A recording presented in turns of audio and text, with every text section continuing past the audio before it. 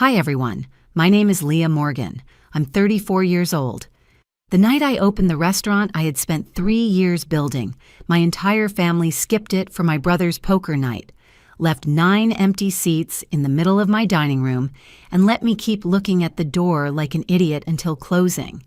And by 8 o'clock the next morning, I had 76 missed calls, and my mother's first voicemail was telling me, "Don't sign anything." The worst part was not that they missed it. The worst part was that I kept believing they might still come. I had reserved 9 seats at the long table by the front window, best view in the room, white candles, navy linen, little handwritten place cards I had made myself because some stupid, hopeful part of me still wanted the night to feel like family had shown up for me the way families in normal stories do. Mom, Dad, my brother Evan, his wife Claire, my Aunt Denise, my cousin Tara, my Uncle Mike, Grandma June's chair too, even though she had passed the year before. I set that one anyway with a small vase beside it because she was the only person who had ever looked me in the eye and said, "When you open your place, don't make it smaller just because your family is."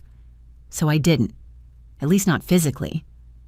The place was called Hearth and Finch, 42 seats. Warm wood, soft lighting, open shelves with jars of preserved lemons and dried herbs, a pastry case up front, and a dinner menu I had written and rewritten until it sounded like the life I wanted. Not flashy, not trendy, honest, roasted chicken with brown butter, braised short rib, good soup, better bread. The kind of restaurant people return to because it feels like somebody actually meant it. I built it from nothing. That sounds dramatic, but it's true. I started with a food truck that leaked in summer and stalled in traffic, then pop-up dinners, then weekend catering, then 2 years of saving every extra dollar while my parents kept saying things like, "It's cute that you still want to cook for a living," and my brother kept asking if I was ever going to do something scalable. Evan was 2 years younger than me and had been treated like a visiting prince since birth. If I worked, I was stubborn. If he talked, he was strategic. If I was tired, I was moody. If he was tired, he was under pressure. The whole family adjusted itself around him the way furniture gets arranged around a television. Evan's latest obsession was poker. Not casino poker, not career poker, just weekly poker nights in my parents' finished basement, where 6 men with expensive watches and too much confidence sat around pretending bourbon and bad bluffs made them sophisticated. My mother bought special snacks for it. My father called it Evan's networking circle. His wife Claire acted like it was adorable. They all treated those nights like some sacred male ritual instead of what they actually were. My brother getting attention for sitting in a chair. My grand opening was on a Friday. His poker night was also on Friday. That should have been easy. It wasn't. 3 days before the opening, my mother called and said very carefully, "Honey, you know your brother already invited people." I laughed because I thought she was joking. She wasn't. "Mom," I said, "my opening has been scheduled for 3 months." "I know, sweetheart, but he has guests coming." "So do I." There was a little silence, then the sentence I should have expected. "You know how sensitive Evan gets when plans change." That one sentence contained my whole childhood. My plans were flexible, my milestones were movable, my feelings were recoverable. But Evan's comfort? That was infrastructure. Dad got on the phone after that and made it worse. "We'll try to come by after," he said. "Keep it relaxed." After. As if the ribbon cutting, the first service, the only first opening night I would ever have, was a casual barbecue I could leave warming on the stove while they watched my brother play cards. I should have told them not to bother. Instead, I said, "I'll keep seats open." That was my mistake. Opening night came fast. The room filled beautifully. The local florist sent peonies. My staff was nervous but sharp. The first ticket came in at 5:46. At 6:10, the county councilwoman came through. At 6:20, our first walk-in table asked if the mushroom toast would stay on the menu permanently. At 6:30, we did the ribbon cutting, and people clapped while I smiled for photos and tried not to keep glancing at the door. 9 seats stayed empty. At 7, I texted Mom. "Are you close?" Read. No answer. At 7:23, Evan posted a story. Green poker felt, cigar smoke. My father laughing in the background. Caption, Friday tradition. I looked at that screen so long, one of my servers had to ask if I was okay. I said yes. Then I went back to service. By 8:15, those empty seats had become a physical ache in the room. Guests noticed. Not obviously, not rudely, but people always notice absence when it's dressed for dinner. A couple celebrating their anniversary asked if I was still expecting someone. I smiled and said, "Family got delayed." What I meant was, family made a choice, and I was still trying to outweight it. By 10:30, the last dessert had gone out. By 11, we were wiping down menus and stacking glasses. The 9 place cards were still untouched. My aunt had not come. My father had not come. My mother had not come. Evan had not come. None of them came. I turned off the lights in the front room, one section at a time. Then a man in a gray coat, who had eaten quietly near the back and watched the whole service without trying to be seen, stepped toward me, shook my hand, gave me his card, and said, "Call me tomorrow. My partners want in." At 8 the next morning, my phone was drowning in missed calls, and my mother's first voicemail said, "Leah, whatever he offered you, don't sign anything." At 8 o'clock the next morning, my phone was drowning in missed calls, not trickling, not politely accumulating, drowning. Mom, Dad, Evan, Claire, my Aunt Denise. 2 cousins who had somehow never once found time to support my opening, but had apparently discovered urgency by breakfast. Even 3 numbers I didn't recognize, which usually means somebody in the family has decided to recruit witnesses before they know the facts. 76 missed calls by the time I unlocked the screen. The first voicemail was from my mother. "Leah, whatever he offered you, don't sign anything. Call me before you do something rash." That was how I knew the man in the gray coat was real. Not because of the card in my apron pocket, because my mother's first instinct was not congratulations, not "we're proud of you," not even "how did opening night go?" Just fear. Fear has a very specific shape in families like mine. It doesn't sound like concern. It sounds like control arriving late and breathless. I played the second voicemail, Dad this time. "You need to slow down and think. We all know how these people work. Don't get dazzled." These people. My father's favorite phrase whenever someone successful appeared near me, and he needed to make ambition sound predatory. The third was Evan, short, tight, already irritated. "Call me before you make an idiot decision." That one almost made me laugh, because while they were all calling me impulsive, none of them had thought my grand opening was worth missing poker night for. But one business card and a single sentence from the right man had turned my entire family into emergency responders. I got up, made coffee, and finally took the card out of my coat pocket. Martin Hale Hale and Rourke Hospitality Partners, I knew the name. Not personally, professionally. They had money, real money, quiet money. The kind that bought old buildings and turned them into boutique hotels, wine bars, and neighborhood restaurants that somehow still felt intimate even after expansion. I had used one of their places as a study example when I was building my own service model. My hands actually went cold, not because I was dazzled, because the card made the empty seats from the night before feel almost supernatural. Like my family had missed the one moment in my life they could never properly laugh off again. At 8:12, while I was still staring at the card, my phone rang again.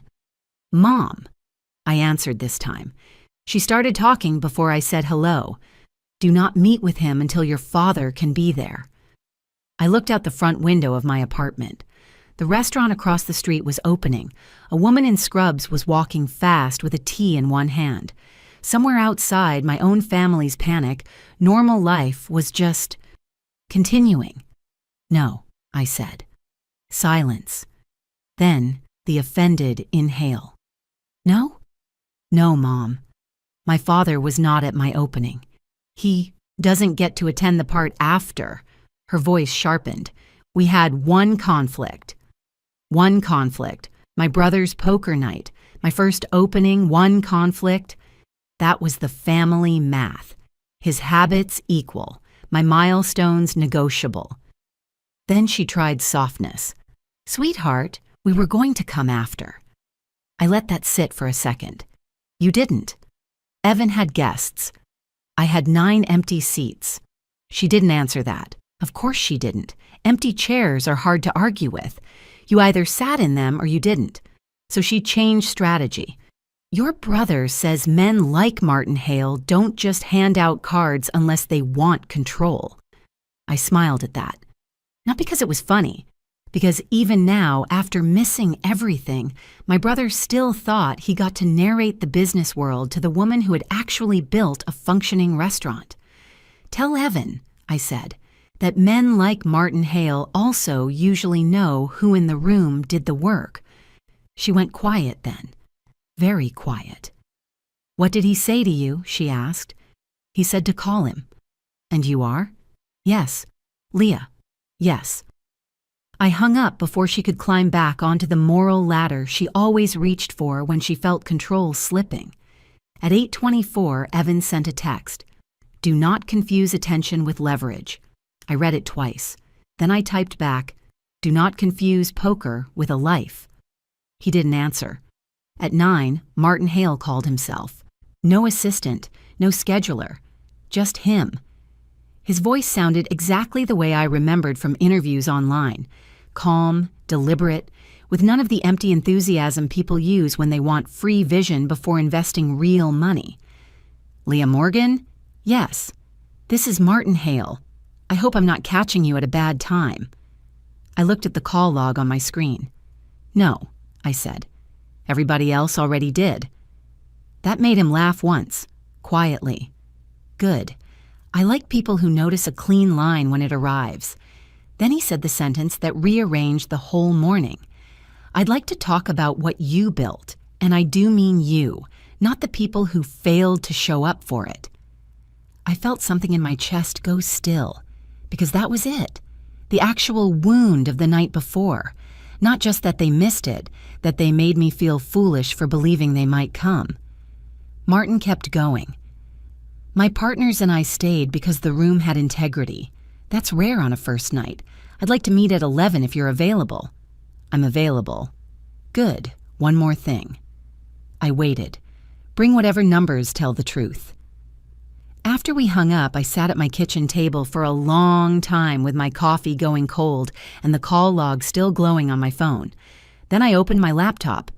3 years of numbers, vendor sheets, labor percentages, menu costings, build-out debt, growth projections, private notes, the real shape of what I had built. At 9:46, my father showed up at the restaurant in person, and from the look on my opening manager's face when she called me, he was not there to congratulate me. At 9:46, my father was standing in the middle of my lunchroom like he paid for the walls. That was what my opening manager, Tessa, said when she called me, not panicked, annoyed. He's not yelling, she said. That's almost worse. By the time I got there, he had one hand on the back of a chair and the look men get when they've arrived early enough to pretend they belong. The restaurant was closed until 11, chairs still tucked, sunlight coming through the front windows in long, clean bars across the floor, bread proofing in the back, coffee not quite ready, quiet until he got there. He turned the second I walked in. Took you long enough. I set my bag down on the hostess stand. You weren't invited either. He ignored that. Who exactly is Martin Hale to you? There it was. Not how are you, not we were wrong last night. Straight to access. I looked at him. Interesting question from someone who missed my opening. His jaw tightened. Don't start with that. I laughed once. You mean the part where you chose poker over my business? This is bigger than one dinner, Leah. No, I said. It's exactly about one dinner. Because people who believe in you usually show up before there's money in the room. That landed, not with shame, with irritation. Because my father hated being described in language that removed his authority and left only his choices behind. He stepped closer. One of Evan's guests recognized Hale's name this morning. Do you understand what kind of people he works with? I did. That was the problem. My father thought recognition was leverage. In his world, a name discovered through someone else's table automatically became family property. I'm meeting him at 11, I said. No, we are. I actually smiled then. Not because it was funny, because finally, for the first time all morning, he had said the quiet part out loud. We? Yes, you're not walking into a deal like this alone. Evan should be there too. The door opened behind us before I could answer. Of course, it was Evan. Baseball cap, sunglasses, coffee in hand, moving like he had every right to stride into the restaurant he skipped the night before and start rearranging its future. He took off the sunglasses and looked around. Cute place in daylight. I stared at him. Cute. That was all he had for the thing I had bled 3 years into. He leaned one hip against the counter. Look, Hale is not a normal small business guy. One of the poker guys knows his attorney. You don't just walk into that blind. My voice stayed calm. Then it's good I know my own business. He smiled, patronizing already. Knowing food is not the same as knowing money. There it was, the entire family religion in one sentence. What I built counts as talent. What men say about it counts as reality. I should have thrown him out then. Instead, I asked, "Where were you last night?" He blinked. What? At 7, 8, 9. While my opening was happening and your chair stayed empty. He rolled his eyes. We already told you poker night was set. I nodded slowly. Right. So when I needed family, you had cards. But when an investor showed up, suddenly you're all business partners. Before he could answer, my mother came in carrying a bakery box and wearing the same face she always wore when she wanted to re-enter a disaster through hospitality. I brought muffins, she said, like sugar could launder last night. No one moved toward the box. She set it down anyway and came to me with a sad little smile. We can still fix this. I looked at her. Fix what? The tone. Her eyes flicked to Dad, then Evan, then back to me. Last night got emotional. Today doesn't have to. Emotional. That word again. I had spent all morning in numbers, schedules, debt tables, and prep sheets while they flooded my phone like panicked teenagers, and somehow I was still the emotional variable in the family story. You missed my opening, I said. She flinched this time. Good. But before she could answer, the front door opened again.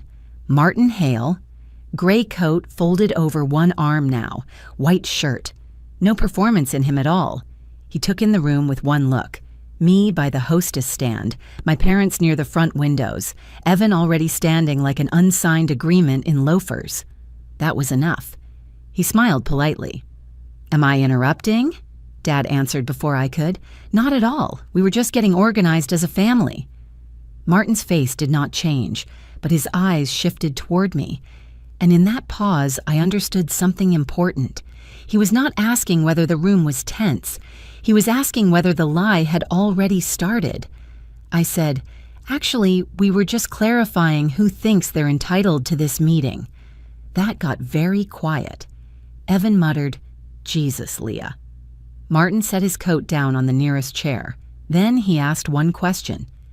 Before we go any further, does anyone in this room besides Leah Morgan own any part of this restaurant?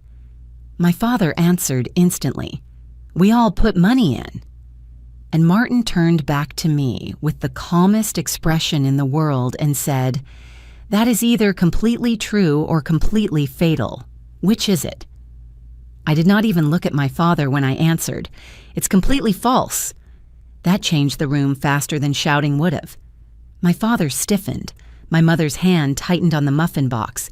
Evan gave a short, disbelieving laugh, the kind men use when they think confidence can survive exposure if they make it sound casual enough.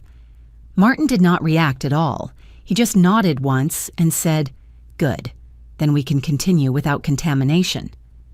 My father stepped forward. "Excuse me?" Martin turned to him with professional politeness so cold it was almost elegant. "If you're claiming ownership in a business you do not own while attempting to insert yourself into an investment meeting you were not invited to, then yes, I'd call that contamination." That landed hard, because men like my father can fight daughters. They can out-talk wives. They can roll right over women trained to make peace. But another man in a good coat speaking fluent authority. That language they hear. Evan tried next. "Look, nobody's claiming ownership. We're just making sure Leah doesn't get taken advantage of." I laughed once. "You missed the opening." He looked at me like I was being childish. "We're past that." "No," I said. "You are trying to get past it. I'm not." My mother stepped in fast the way she always did when truth was threatening to settle in the room before she could perfume it. "Last night was unfortunate," she said to Martin. "There was a scheduling conflict." "A scheduling conflict," I repeated.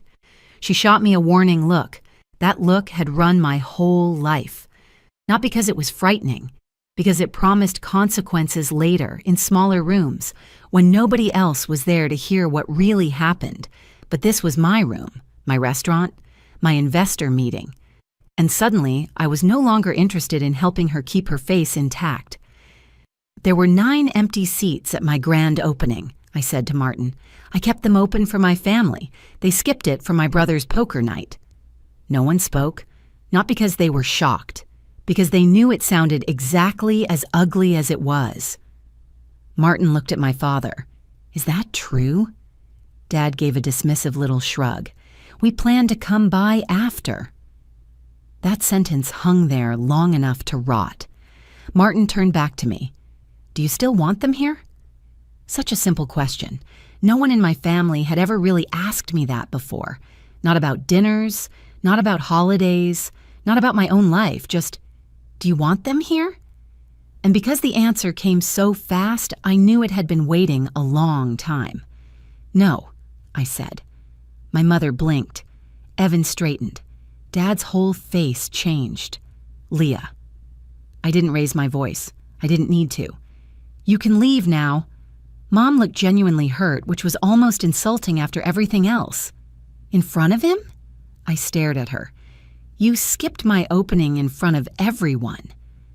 Evan muttered, "Unbelievable." "No," I said.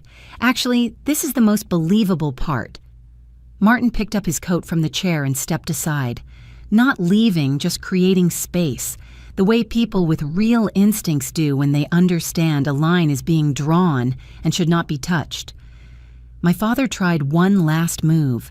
He softened his tone. That was always when he was most dangerous. "You're angry," he said. "Fine, be angry, but don't make permanent decisions over one emotional night." I held his gaze. "You taught me that if something matters, people show up for it." His expression flickered, just once, because he had said that to me when I was 12 and crying over a spelling bee he skipped for one of Evan's practices. I remembered it. Apparently he did too. Then I said, "You showed up for poker. You missed me. That is the permanent decision." Mom's eyes filled. Evan looked away. Dad, finally understanding that neither authority nor softness was going to get him back into the meeting, did what he always did when he lost control of a room. He went mean. "Without family, this place won't last 6 months." I smiled at that, because fear sounds pathetic once you stop calling it guidance. "Then I guess it's a good thing you're leaving before noon." He stood there for 1 second too long, like maybe the room itself would correct me on his behalf. It didn't. Finally, he turned and walked out. My mother followed, crying quietly. Evan was last. He stopped at the door and said, "When this goes bad, don't call me." I looked at him. "I didn't call you the first time." Then the door shut. The room went still. Not awkward still, clean still. Martin waited exactly 3 seconds and then said, "Now I'm interested." Not because my family had left, because I had made them. That distinction mattered. He took off his coat, sat at table 12 near the front window, and motioned for me to bring whatever I had prepared. I pulled my laptop from my bag, laid out the vendor sheets, the margin tables, the build-out debt schedule, and the second-year expansion model I had built 6 months earlier and then hidden from my own family because I already knew what would happen if they smelled growth before I had control. Martin read everything. Not theatrically, not performatively, just carefully, the way serious people do when money is involved and ego is not the main event. Twice he asked questions about labor, once about rent escalators, once about why I had capped the dinner menu at a size smaller than the room could support. I told him the truth, because consistency survives longer than ambition when you're building from debt. That made him smile in the smallest possible way. Then he asked the question that changed my life. "If I offered growth capital," he said, "would you take money or structure?" I frowned. "What do you mean?" "I mean some founders need cash, some need insulation. You need both, but one more than the other." I knew exactly what he meant. He had seen the way my father moved into the room, the way my mother translated, the way Evan treated my business like an extension of his future if the numbers got pretty enough. He was not asking about accounting. He was asking whether I understood my real risk. "Yes," I said, "structure first." That was the right answer. I knew it from the way he leaned back. "My partners want in," he said, "but only if we build a wall around this business strong enough that no relative can charm, guilt, or bluff their way through it later." I laughed once, quietly.